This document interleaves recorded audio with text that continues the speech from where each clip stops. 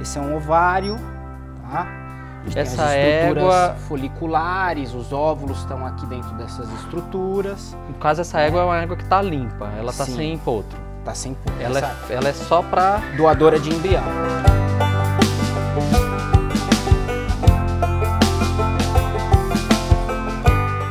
Deixa eu limpar o reto de um aqui. Quer que pegue o tambor? Não, eu jogo ali. Você joga aí mesmo? Lady. Guilherme, esse procedimento que você está fazendo agora é de limpeza do reto? Isso, exatamente. Por que é o... assim, claro que os estudantes, as pessoas, eu estou te perguntando na forma leiga minha que realmente eu não entendo.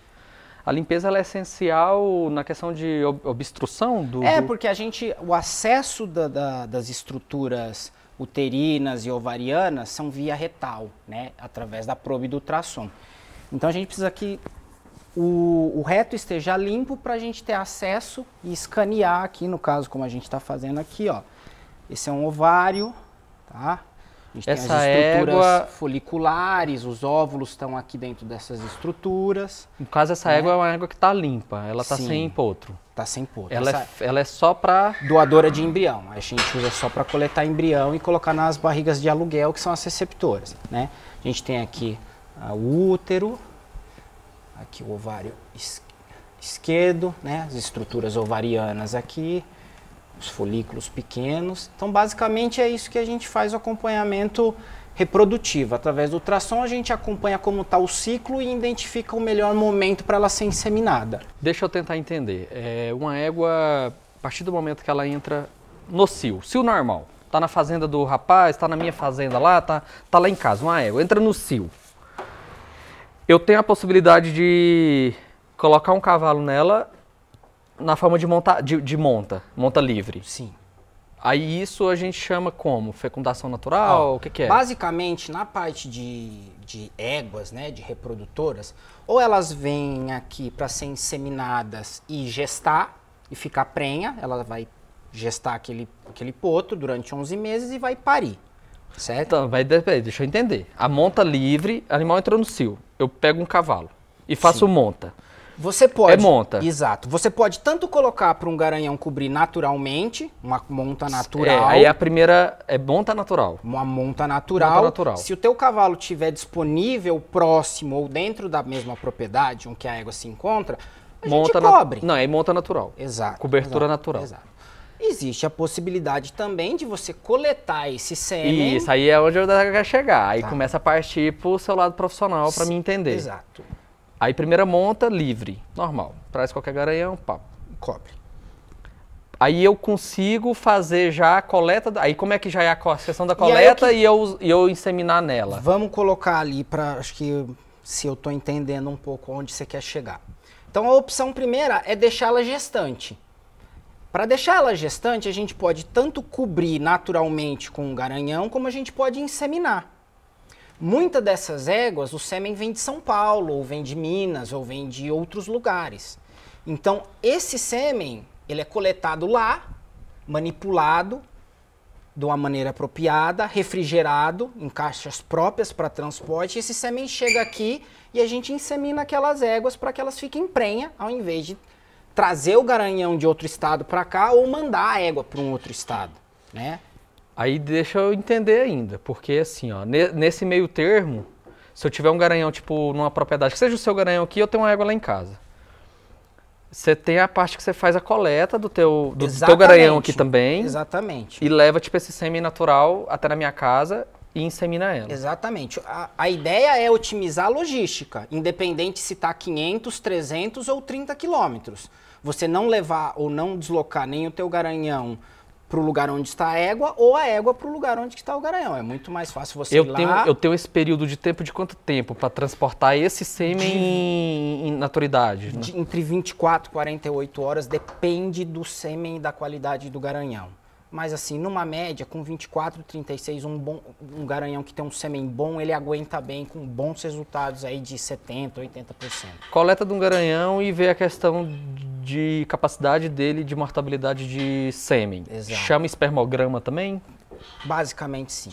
Tá? Que a gente, ser humano, é espermograma, né? Para saber o índice de taxa de mortalidade, né? A gente não usa exatamente esse mesmo nome, mas sim, basicamente é isso. A gente faz uma avaliação espermática, né? E dentro disso daí a gente tenta monitorar o quanto aquele sêmen pode estar ou não viável e já predizendo uma taxa de resultado. Então, aí, o próximo passo, quando a gente não está falando de gestação, inseminar para a égua ficar gestante, a gente vai para transferência de embrião. Então vamos lá, transferência de embrião. Exato. Não quero explicação técnica, viu? Não, eu quero entender no meu linguajar, porque eu não sou veterinário, então me ajuda. O que basicamente é transferência de embrião? A gente tem duas aplicações. A aplicação médica, entre aspas, né? E a comercial. A transferência de embrião, basicamente, ela foi inventada para éguas que, por algum motivo, elas não conseguem mais levar a gestação até a termo. Então, vamos supor uma égua que ela está muito velha. O primórdio disso foi isso. Então, a indicação medicinal, né? Então, assim, éguas que não têm mais possibilidade de carregar a gestação, porque elas estão muito velhas. A partir de que idade? É difícil falar. Tá? Porque pode ter, tem não só idade, né? Tem variação individual de animal para animal. Mas então, assim, animais, éguas, por exemplo, produtoras muito boas que não conseguiam mais ter potro, através da transferência de embrião, isso possibilita. Porque, basicamente, o que é a transferência de embrião? Você tira o embriãozinho da doadora dentro do útero e coloca num útero sadio de uma égua comum. Uma receptora a partir de potra, né? A partir do período gestativo. Uma égua que ela não tem raça definida, mas é que ela é saudável, reprodutivamente e também, né, como animal. Então, você me corrige se eu estiver errado. Então, deixa eu tentar falar meu linguajar, você me corrige. Eu tiro o óvulo dessa égua. O embrião. O embrião. O embrião. Eu tiro o embrião. Com 8 dias... Ah, não, mas espera aí. Então, eu fecundo ela. Exato. E aí, o que acontece? Que a gente, voltando lá para seguir uma linha de raciocínio. A gente insemina a égua, ao invés de deixar ela gestante, com 8 dias de idade... É dentro desse período, não pode passar disso. 7, 8, 9, tá? Com mais ou menos, na média, 8 dias de idade, a gente tira esse embrião de dentro do útero dela, através de uma lavagem. A gente lava o útero dela, recupera esse embrião, leva para o microscópio, manipula ele e esse embrião é transferido para uma égua comum, uma barriga de aluguel. Que entrou no processo de gestação, que recebe o óvulo. E que ela previamente foi sincronizada, né, para receber esse embrião. Porque não dá para tirar um embrião e colocar em qualquer égua em qualquer momento. Elas reprodutivamente elas precisam estar no mesmo momento para que não haja rejeição desse embrião. Então vamos tentar entender aqui. Aqui você tem duas éguas doadoras que doam a genética, né? Sim. Que você fecunda elas com um garanhão, não importa qual que é o garanhão, vem o esperma, ovula, coloca no óvulo, insemina, ela ovula, produz o embrião, a fecundação, a produção do embrião. Com 8 dias de idade a gente retira esse embrião e transplanta e transfere para uma barriga de aluguel. Aí vamos só, hipoteticamente, gente, porque aqui é uma doadora, mas vamos supor que aqui fosse uma receptora. Uhum. Uma vez eu estava conversando com você, e por isso até mesmo eu queria essa vontade de mostrar teu trabalho, a eficiência do trabalho. Aí você falou para mim que desde quando vocês estudam, tal, você tem que ter no mínimo 3 receptoras, né? O que na verdade, Júnior, o que a gente tenta é o seguinte.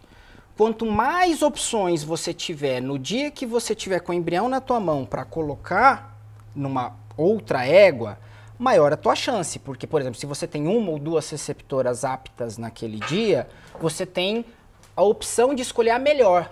Que, tipo, tá no momento, então aí é isso que eu queria entrar. Aí, essa égua foi fecundada, você fez ultrassom, ela...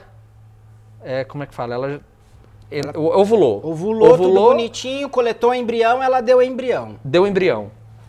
Então, você lava essa égua, que é tirar o embrião, né? Lavar é o jeito de falar. Você tira o embrião, e aí essa égua que está sincronizada com ela no mesmo período, você pega e fecunda transfere para ela. Transfere para ela. A gente implanta esse embrião dentro do útero dela. Exatamente isso. Então, deixa eu tentar entender assim. É igual esse dia, eu tô louco para falar com um amigo meu sobre bovinos, né? Porque assim, às vezes quando a gente fala de tudo isso, cara, às vezes amedronta muita gente, né? Vamos supor, o cara tem um pônei em casa, o cara, pô, tem uma égua que ele ama ela e às vezes ela não aguenta mais uma gestação. Há a possibilidade de o cara ter um animal e conseguir fazer esse trabalho, né? Exatamente. Em casa, assim, ele não precisa ter que comprar um garanhão, ter que comprar uma égua boa. E ainda existe o detalhe, né? Aqui é quarto de milha. Sim. Se eu quiser usar um quarto de milha de receptora para outra raça, eu posso, né? Sim, sem problema nenhum. Como vice-versa, né? Tipo assim, o cara tem uma égua em casa sem problema. Que pode ser Sim. barriga de aluguel. A égua barriga que vai receber o embrião, ela tem que ter, o que a gente procura é uma compatibilidade de tamanho e que ela tenha uma saúde reprodutiva e uma saúde normal para poder cuidar bem desse potro após o parto, né? Então, a partir daí, essa pessoa pode te procurar e, tipo, falar, sei lá, nunca teve um quarto de milha, às vezes não tem uma... Não é que é condição, mas às vezes fica fora da condição da pessoa de comprar um quarto de milha de um baita de um papel, né, um animal. Sim, sim. Então, se o cara tem uma égua meio sangue ou que seja sem raça em casa, né, determinada, esse cara pode procurar te comprar um sêmen de um cavalo bom e uma barriga boa e tirar um elemento puro Sim. dessa égua em casa, na né? verdade, Júnior, se eu tô entendendo Não, sim. o que você tá me falando, esse tipo de experiência a gente já teve aqui dentro de casa. Então, assim, tinha muitas pessoas que eventualmente tinham uma égua comum em casa e queria usar como receptora, barriga de aluguel para Se der tudo usar. certinho, há a possibilidade, né? Existe essa possibilidade, sim. O que a gente viu na prática? É que muitas vezes, quando a gente pegava e trazia essa égua do cliente para dentro da nossa casa, ela vai entrar no manejo do resto das minhas éguas. Então, muitas vezes ela estranha, ela apanha, tem um processo de estabelecimento de dominância desses animais e nem sempre eu conseguia usar a égua dele para poder ter resultado. Entra a questão do... Vamos dizer que uma hipótese, esse cliente seu tem 3 animais em casa, aí você já consegue, às vezes, trabalhar melhor. Sim. Mas claro que esses animais, estando mais próximo de você, dentro da sua casa, é bem mais fácil. Então, o que na verdade hoje a gente tenta? A gente tenta encurtar o caminho e entregar o mais pronto para vocês, clientes, que a gente pode. Então, assim, a gente tem as nossas receptoras, elas são mantidas aqui, tudo sobre nossa responsabilidade, e a gente só te entrega a barriga de aluguel, a égua receptora pronta para você levar e cuidar dela até o momento do parto. Show. Né? A gente cobra uma locação. Há todo um investimento, claro, que aí vai depender do papel do cavalo que você está comprando, sem dúvida. Da barriga, do embrião. Do valor genético agregado de cada animal. Do valor genético. Mas agregando isso, às vezes você consegue ainda tirar um potro tipo, mais em conta do que você ter que comprar um garanhão ou uma receptora. Sim, sem dúvida. Né? Sem dúvida. Então, só para me voltar lá então. Então a gente chegou no processo, né, de tirar o embrião, transferir para a égua. Nessas situações, né? Igual aqui são éguas de clientes seus, né? Sim. Que aí, no caso, há a questão da comercialização dessas barrigas, né? Desses embriões. Desses embriões. E aí, independentemente, né? Vamos dizer que eu chego pra você e falo, pô, eu quero uma JBD com outro papel de um cavalo. Então, a gente compra esse sêmen, né? Que é as palhetas, né? Que eles falam. Não, pode ser com um sêmen congelado, que vem em palhetas, como pode ser um sêmen refrigerado também, que ele coleta o sêmen. Mais próximo da gente. Ele coleta o sêmen lá e manda pra gente.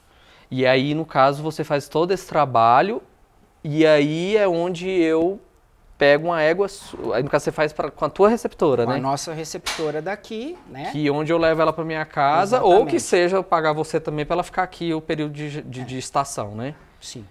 Da forma melhor que combinar e ficar, né, que cabe no bolso da gente. Exatamente. Cara, muito, muito, muito massa.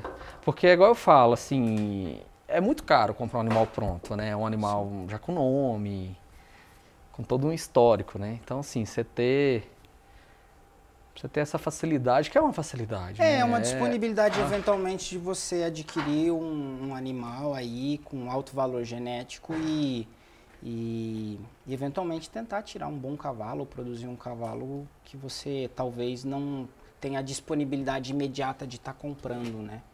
Um valor já cheio. É um processo, né? É um processo que demora um pouco mais de tempo, mas, né? Ó, quem está assistindo esse vídeo mais explicativo sobre reprodução, né, seria reprodução na forma de transferência de embrião. Sim, sim. Porque no caso aqui a gente não trabalha só com transferência de embrião, né? A gente trabalha com reprodução equina. Então a gente trabalha com inseminação para deixar a égua prenha, gestante, transferência de embrião, a gente trabalha com congelamento de sêmen. Coleta no caso de garanhão. De garanhão para criopreservar, a gente também pode oferecer outras coisas que não é só a transferência. As pessoas esquecem muito que eles partem do conceito de que os animais todas são extremamente férteis. Não, às vezes você tem éguas que têm problemas tem que trabalhar de subfertilidade e as pessoas procuram justamente a gente para resolver o problema ou identificar o problema, tanto da égua como do garanhão. Então, quando a gente fala em reprodução, engloba tudo que é reprodução, né? Não somente a técnica da transferência. Ó, eu vou voltar. Quem está assistindo esse vídeo de reprodução, vai no vídeo passado que conta a história desse rapaz. E isso tudo aqui é no Goiás, viu? Aqui no centro-oeste do Goiás. Estamos aqui em Anápolis. Em Anápolis, Goiás. Isso aí. E o maior problema é o tabu, né? Do medo do... É impossível ter, eu não posso ter um animal desse e tal. Então, assim... Entra essa questão que eu te falo, né, da facilidade, né, porque às vezes o cara pensa, pô, mas o cara lá só me recebe se eu tiver um papelzão, se tiver... Mas você trabalha em qualquer tipo de animal, né? Se a pessoa tem apego, gosta desse animal, não importa a raça... Ô, Júnior, a gente tem que entender que o equino, ele tem um valor afetivo também. Então, quando a gente muitas vezes está falando em valor afetivo, não é mensurável. Então, como já aconteceu em algumas vezes, de alguns clientes procurarem a gente, falar, eu quero fazer porque eu gosto muito dessa égua, eu aprendi a montar nela, a primeira prova que eu ganhei foi nela, e não é um animal que geneticamente tem um valor agregado. Mas o cara quer, né? Então, assim, é um pouco aquela velha história, se cabe dentro do orçamento ou não. A gente, dentro do que a gente pode, a gente vai tentar orientar da melhor maneira possível, mas não necessariamente precisa ser um animal campeão ou um animal de valor extraordinário, né? Lógico que a gente sempre tem que ponderar o custo-benefício. Eu também não quero que o meu cliente gaste um dinheiro muito alto com uma técnica que não é barata, para depois não ter um retorno financeiro daquele produto, no caso de comercialização, que não é o que... É porque, assim, isso tudo que a gente está falando, se o cara tem amor ao animal, sei lá, o cara tem lá na casa dele uma égua machadeira, ou que seja uma égua meio sangue quarto de milha, que imprimiu para ele um animal dócil, que os filhos andaram, que os netos andaram. Tem um valor afetivo. Tem um valor afetivo. Relembrando que todo esse trabalho não agrega ao valor do animal, né? Não. Aí o que a gente simplesmente vai estar realizando é uma técnica e que independe do valor monetário ou genético que ela tem. A gente está aqui justamente para atender o cliente. Né? Então vamos voltar talvez no princípio da conversa. Eu tenho uma égua dessa enorme, né, linda, que eu monto nela e quero montar o ano inteiro. Se ela entrar em período de gestação e carregar o feto, né? Você vai perder a possibilidade de participar de prova. Isso, eu perco ela por 11 meses. Por 11 meses. Sim. Então é onde entra a viabilidade do processo, né? Eu tiro quantos embriões eu tiro dela, no caso, no período de gestação? Depende muito. Tem animais que têm uma fertilidade um pouco maior, outro menor, mas você consegue tirar 2, 3, 4 embriões de uma égua normal. O mínimo ao máximo, o que seria que você já fez? Júnior, é difícil falar, tá? Mas na média, uma égua fértil, vamos falar de estatística, não vamos falar de estatística. Você consegue realizar aí próximo de 2 tentativas por mês e cada 2 tentativas você vai ter um embrião confirmado. Certo. Então, se você tentar durante 6 meses, você... Posso ter 6... Eu posso tirar 6 potros... 4, 5 embriões então, aí... vamos falar mais uma média. Então, eu posso tirar até 4 embriões dessa égua em receptoras e continuar usando ela normal. E continuar usando. É uma indicação, muitas vezes, para potras jovens que estão em início de carreira que a pessoa não quer parar porque está com uma programação de campeonato, seja Porto Futuro, alguma coisa. Que seja marcha, seja qualquer raça, né? E aí você não para esse animal, você já consegue adiantar 2, 3 anos a vida reprodutiva dela através da técnica. Passei por acho que eu fiz uma besteira esses tempos, foi isso. Comprei uma égua nova, treinei ela durante um ano. Quando era para mim usar ela entrou num período de gestação que não dava mais para mim usar ela. Então, exatamente. E aí, automaticamente, ela pariu e já foi coberta novamente. E aí você acabou não podendo Agora eu tô com 2 anos sem usar ela. Quando voltar, eu acho que eu vou estar com o animal assim, mais atrasado. Vamos pensar que vai ficar só pra tirar a gestação mesmo. Basicamente é isso daí. Pô, eu espero que tenha ficado explicativo aí pra vocês. Se tiver alguém com alguma pergunta mais específica, entre em contato com a gente ou com o peço, próprio Júnior. Se me der liberdade, sim, porque lá fica as perguntas, dá para você responder também. Não, com certeza. Aí depois vocês conseguem colocar aí o Instagram da gente. Seguir no Instagram e tal. Aí da Central, Royal Breeders, né? Reprodução equina. E a gente vai ter o prazer aí de estar esclarecendo ou estar ajudando ou auxiliando aí nas pessoas que eventualmente tiverem interesse de estar ingressando aí no mundo do cavalo. Pô, show de bola. E logo, logo a gente vai falar um pouquinho sobre outro tipo de reprodução. Exato, né? Exato. Aí é uma técnica mais atual, é o que está hoje na moda, tá se falando demais aí, a gente vai conseguir trazer um pessoal aí que vai... Qual que é essa técnica? Chama-se ICSI, é uma técnica de fertilização in vitro, né, bastante específica, bastante difícil, e acho que o pessoal vai poder dar uma aula aí para vocês. Pô, então, próximo vídeo aí, aguarde, viu? Maravilha. Valeu, Valeu, viu? Antônio.